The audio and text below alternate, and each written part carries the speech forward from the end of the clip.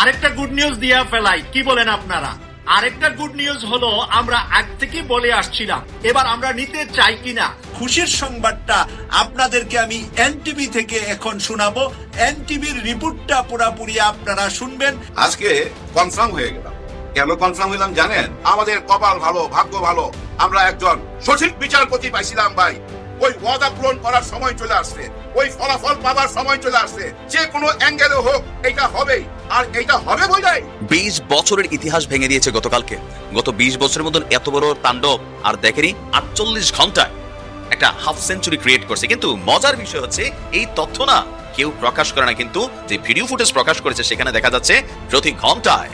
বিএনপিকে বাদ দিয়েই বাংলাদেশে আরেকটি চমৎকার ঘটনা ঘটতে যাচ্ছে, যেটা জামাত এনসিপির জন্য বড় ধরনের সুখবর।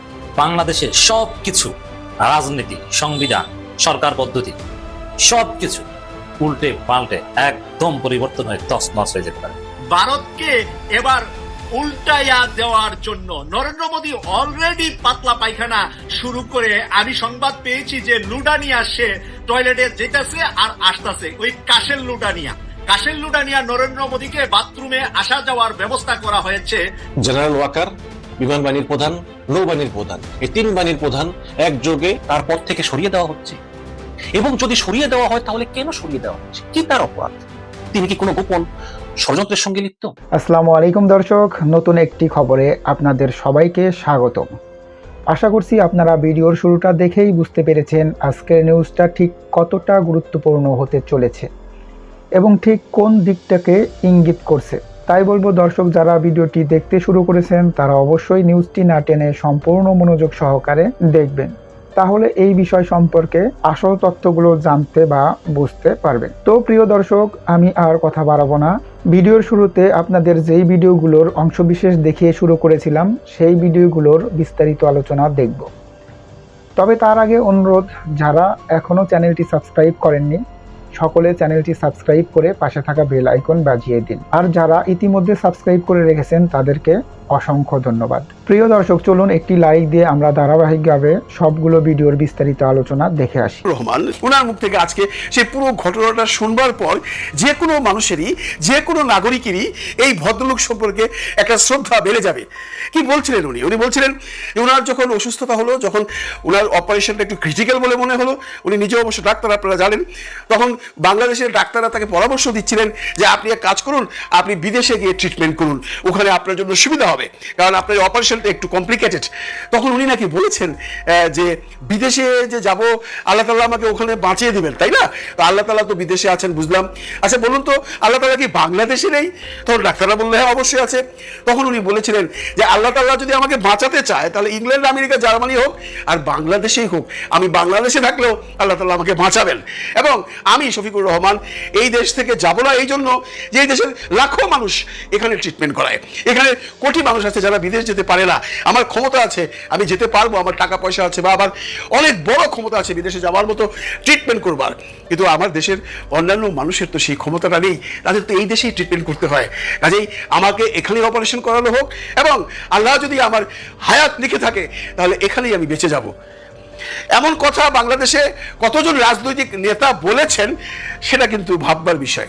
আমি অন্তত শুনিনি। আমরা জানি যে বাংলাদেশের যে কোনো বড় নেতার কথা বাদ দিলাম ভাই, পাতি নেতারা কাশি দিলে চলে যায় ব্যাংকক, সিঙ্গাপুর, নিদেন পক্ষে ভারতে। সেই ট্রেনটাকে উনি ভাঙতে চেয়েছেন। উনি তার জীবন বাজি নিয়ে বুঝাতে চেয়েছেন যে আমি বাংলাদেশি, আমি বাংলাদেশিদের ভালোবাসি। যে দেশের লাখো মানুষ বিদেশে গিয়ে ট্রিটমেন্ট করতে পারে না, সেই দেশের একজন নাগরিক হয়ে বা সেই দেশের একজন নেতা হয়ে আমি কেন বিদেশে ট্রিটমেন্ট করতে যাব? আমি যাব না, আমি এখানে ট্রিটমেন্ট করব। আমার হায়াত থাকলে আল্লাহ তাআলা আমাকে এখানেই বাঁচাবেন। আল্লাহ তাআলা ওনাকে বাঁচিয়ে রেখেছেন, মাশাআল্লাহ উনি খুব সুস্থ আছেন। এর সাথে একটা মজার খবর দিয়ে শেষ করি, সেটা হলো যে জাতীয় পার্টির যে মহাসচিব আছে উনি বলেছেন যে গণ অধিকার পরিষদকে ব্যান করতে হবে। কেন? গণ অধিকার পরিষদ এর আগেও তাদের অফিস পুড়িয়েছে, আজকেও তাদের অফিস পুড়িয়েছে। এখন সবচেয়ে মজার ব্যাপার হলো জাতীয় পার্টি বলছে গণ অধিকারকে ব্যান করতে হবে। আরে সাহেব, গণ অধিকার পরিষদকে আপনি কি করে ব্যান করবেন? ওরা তো আমাদের শক্তি, ওরা তো জুলাইয়ের শক্তি।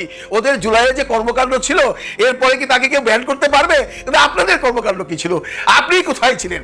আপনার দল কোথায় ছিল সেই সময়? একবার ভেবে দেখবেন। এটা হলো কি জানেন, মানুষ হাসাচ্ছেন।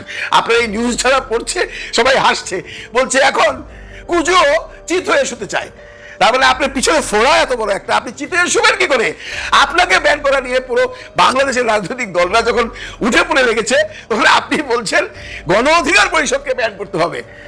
আপনাকে কি পাগল বলে আখ্যায়িত করবো, নাকি অন্য কোনো টাইটেল দেবো?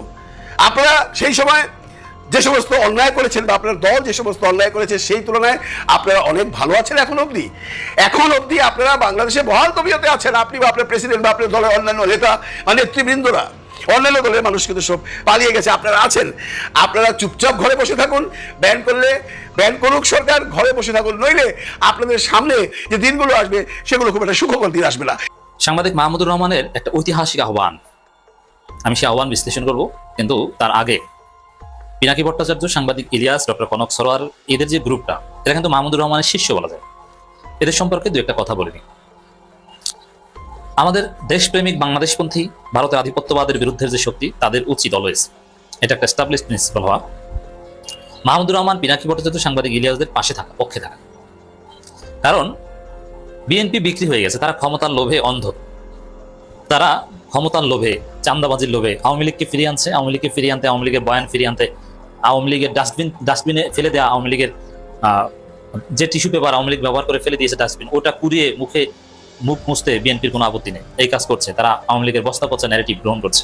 দেখেন, টিকে থাকতে হলে, এই ষড়যন্ত্রের বিরুদ্ধে যদি আপনাকে লড়াই করতে হয়, ইন্ডিয়ান হেজিমনির বিরুদ্ধে, নব্য যে ভারতের দালাল বা নব্য ফেসিস্ট হওয়ার খায়েশ যাদের জন্ম নিয়েছে, এদের বিরুদ্ধে যদি আপনাকে যুদ্ধ করতে হয়, সবার আগে আপনার বয়ান লাগবে, ন্যারেটিভ লাগবে। আর বাংলাদেশের সবচাইতে বড় ন্যারেটিভ নির্মাতা হচ্ছে পিনাকি ভট্টাচার্য, আর পিনাকি ভট্টাচার্যের বস হচ্ছে মাহমুদুর রহমান। মাহমুদুর রহমান নিজেও বিরাট ন্যারেটিভ নির্মাতা। আমার দেশ যে কি করছে, ভারতের আধিপত্যবাদের বিরুদ্ধে আমার দেশ যে লড়াই করছে, আমার দেশের যে একটা রিপোর্ট বা নানান বিষয় যেভাবে প্রেজেন্ট করছে, এটা অসাধারণ। দল হিসাবে জামাত চরমনায় মিলে আমার দেশ পিনাকি ভট্টাচার্যের 100 ভাগের 1 ভাগও অবদান রাখতে পারে না ন্যারেটিভ নিয়ে। অন্য ক্ষেত্রে রাজনৈতিক দলগুলো অনেক অবদান, বা তারাই সব রাইট। সাপোজ কোন একটা বিষয় কি বলতে হবে, আমিরে জামাত এটা ঠিক করে দেন না, বা ঠিক করে দিল, ওটা জামাতের স্থানীয় নেতৃবৃন্দ বা জনশক্তিরা ওটা প্রচার করে না, বা এগুলো নিয়ে তাদের তেমন মাথা ব্যথা নেই। জামাতের বিভিন্ন তরবিয়তমূলক প্রোগ্রামে বিভিন্ন রাজনৈতিক ডটস কিভাবে দেওয়া হয় জানেন? আমার দেশের কলাম পরে শিখে জামাতের জেলা আমির বা এরা আমাদের ভিডিও দেখে ওইটা পয়েন্ট নোট করে তারপরে ওইটা বলে। পিনাকি ভট্টাচার্যের ভিডিও বারবার দেখে, ওইটা নোট করে বলে। ইলিয়াসের ভিডিও দেখে, ওইটাই তাদের সম্পদ, অ্যাসেট, ক্যাপিটাল।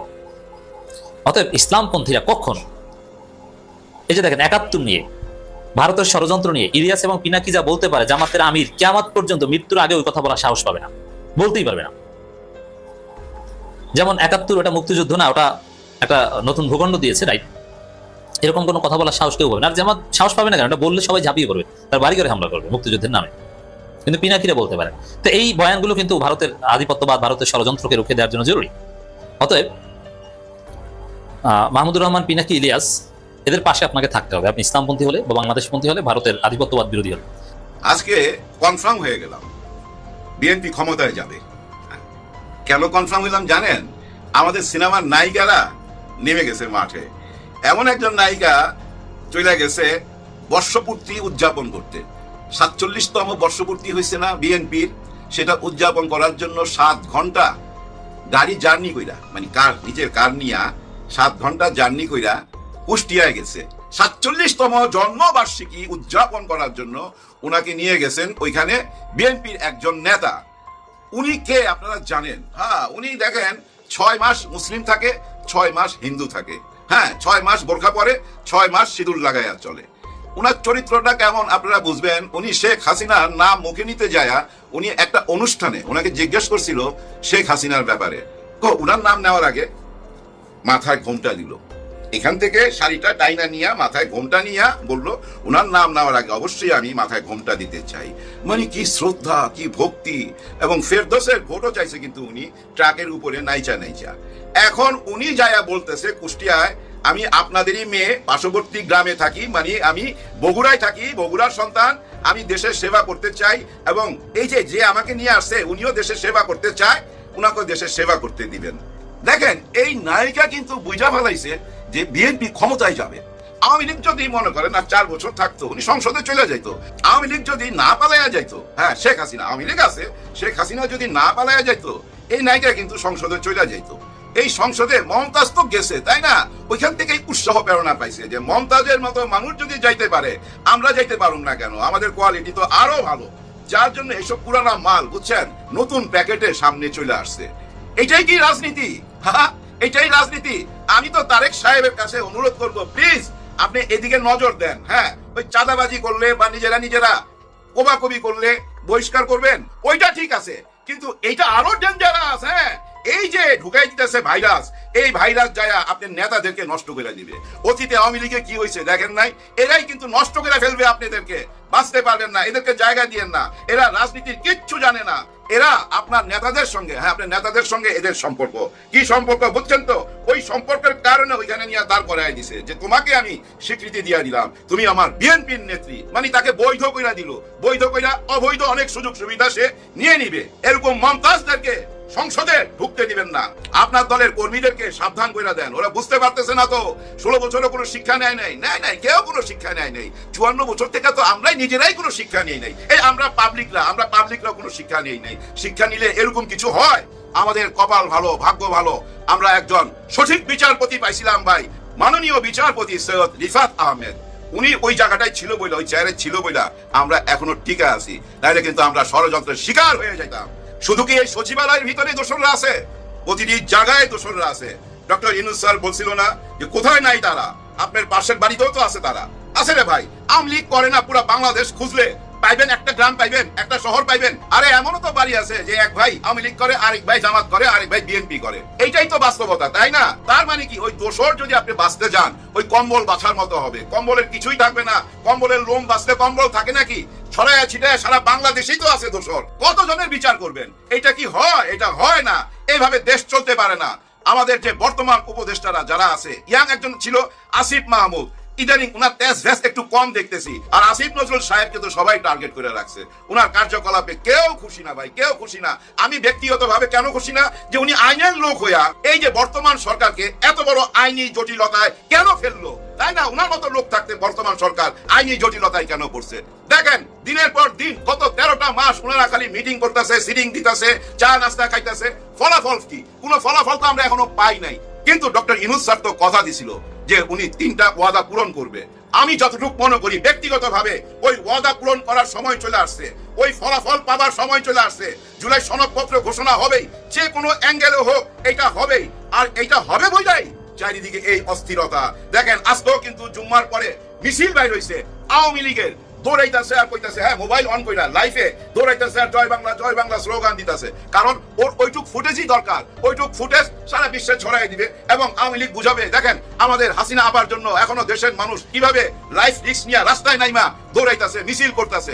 এইটা বুঝাবে। এটা আরো বাড়তে থাকবে। কারণ সরকার যেন কোনো অ্যাঙ্গেলেই জুলাই সনদপত্র ঘোষণা দিতে না পারে এবং কোনো অ্যাঙ্গেলেই যেন পিআর সিস্টেমে না যাইতে পারে, কোনো অ্যাঙ্গেলেই যেন স্থানীয় নির্বাচনে যাইতে না পারে। ওই পুরানা সিস্টেমে একটা নির্বাচন যেন তেন একটা নির্বাচন হয়ে যাক এবং ডক্টর ইউনূসকে কোনো মতো বিদায় করতে পারলে তাদের পথের কাঁটা সইরা যায়, আর কোনো বাধা থাকে না। তাদের রাস্তা তারা কইরা নিবে, যার কান্দেই ভর কইরা হোক রাস্তা তারা পায়া যাবে। এটার ইঙ্গিত তো আমরা এখন পাচ্ছি, তাই না?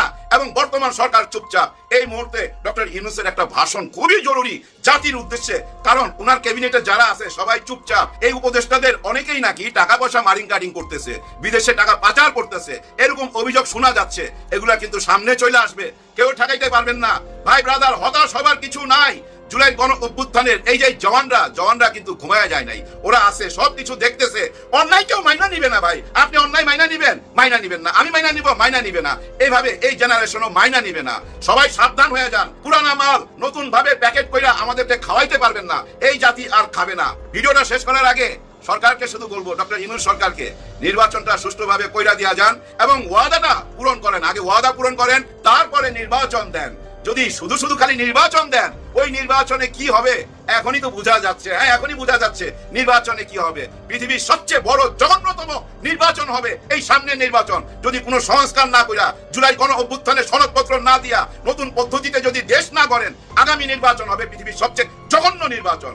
ভাই ব্রাদার, আমরা জনগণ সজাগ থাকবো।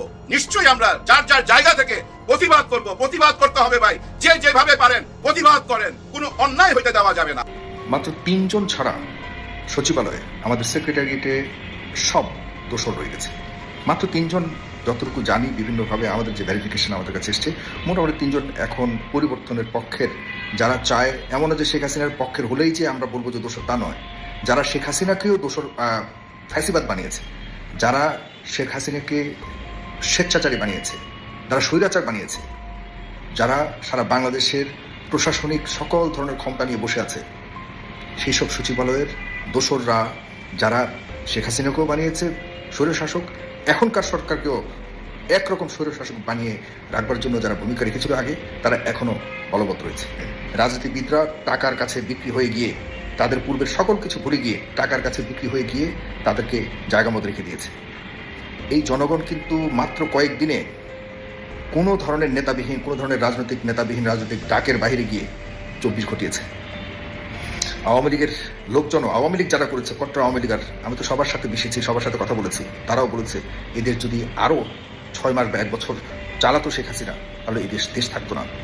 এই অর্থনীতি, আমরা যেটা এখন অর্থনীতি যেই একটা বড় ধরনের ধাক্কা এখন খাচ্ছে এই মুহূর্তে, এটা শেখ হাসিনা রেখে যাওয়া ধাক্কা, সব মানে একদম ফোকলা করে ফেলেছে। এখনো পর্যন্ত বাংলাদেশ ব্যাংক থেকে শুরু করে প্রত্যেকটা মিনিস্ট্রিতে সেই লোকেরাই যা কিছু বাকি আছে সেগুলোকে খেয়ে একদম শেষ করে দিচ্ছে। এখন বর্তমান যে উপদেষ্টারা রয়েছে, এরা দেখবেন যে কেউ সবসময় কথা বলে না, মিডিয়াতে তেমন কেউ আসে না, খুব বেশি আসে না। এর কারণ হলো সবাই কোনো না কোনোভাবে লিপ্ত হয়ে গেছে। সচিবরা উপদেষ্টাকে চালায়, আর সচিবদের কাছে সকল চাবিকাঠি। এখনকার যেসব এই ইয়াং পোলাপান যেগুলি উপদেষ্টা হয়েছে, এরা কি জানে? আর যারা বয়স্ক, এরা কি জানে? নতুনভাবে, নতুন মন্ত্রে, নতুন কৌশলে, নতুন বুদ্ধিমত্তা নিয়ে নতুন করে তাদেরকে বোকা বানানো হচ্ছে, তাদেরকে বোধাই বানানো হচ্ছে। সোজা বাংলায় যদি বলি, আমরা যদি সেক্রেটারিয়েট এখান থেকে যদি দোসরকে মুক্ত না করতে হবে, দোসর মুক্ত সেক্রেটারিয়েট যদি না হয়, বাংলাদেশ কোনোভাবেই প্রশাসনিকভাবে কিচ্ছু হবে না ভাই। এটা একদম প্রুভেন কথা, এটা একদম মানে সত্য কথা। কিভাবে আপনার প্রশাসন যারা চালাচ্ছে তাদের শীর্ষে যদি দোসররা বসে থাকে, তো নিম্ন অধস্থন যারা আছে তারা কেন ভালোভাবে কাজ করবে? তাদের কাছে যিনি নির্দেশনা দিবেন, যিনি প্রজ্ঞাপন জারি করবেন, যিনি বিভিন্ন জায়গায় লোক নিয়োগ করবেন, যার অধীনে পুরো প্রশাসন পুরো। দর্শক, আশা করি সবগুলো ভিডিওই আপনি মনোযোগ সহকারে দেখেছেন। সেই সাথে দর্শক, এই ভিডিওগুলো সম্পর্কিত যদি কোনো তথ্য বা মতামত থাকে তাহলে অবশ্যই কমেন্টস করে জানিয়ে দিন। এতক্ষণ সাথে থাকার জন্য ধন্যবাদ। আবার দেখা হবে আগামী ভিডিওতে কোনো নতুন টপিকস নিয়ে। সকলের সুস্বাস্থ্য কামনা করে বিদায় নিচ্ছি। আল্লাহ হাফেজ।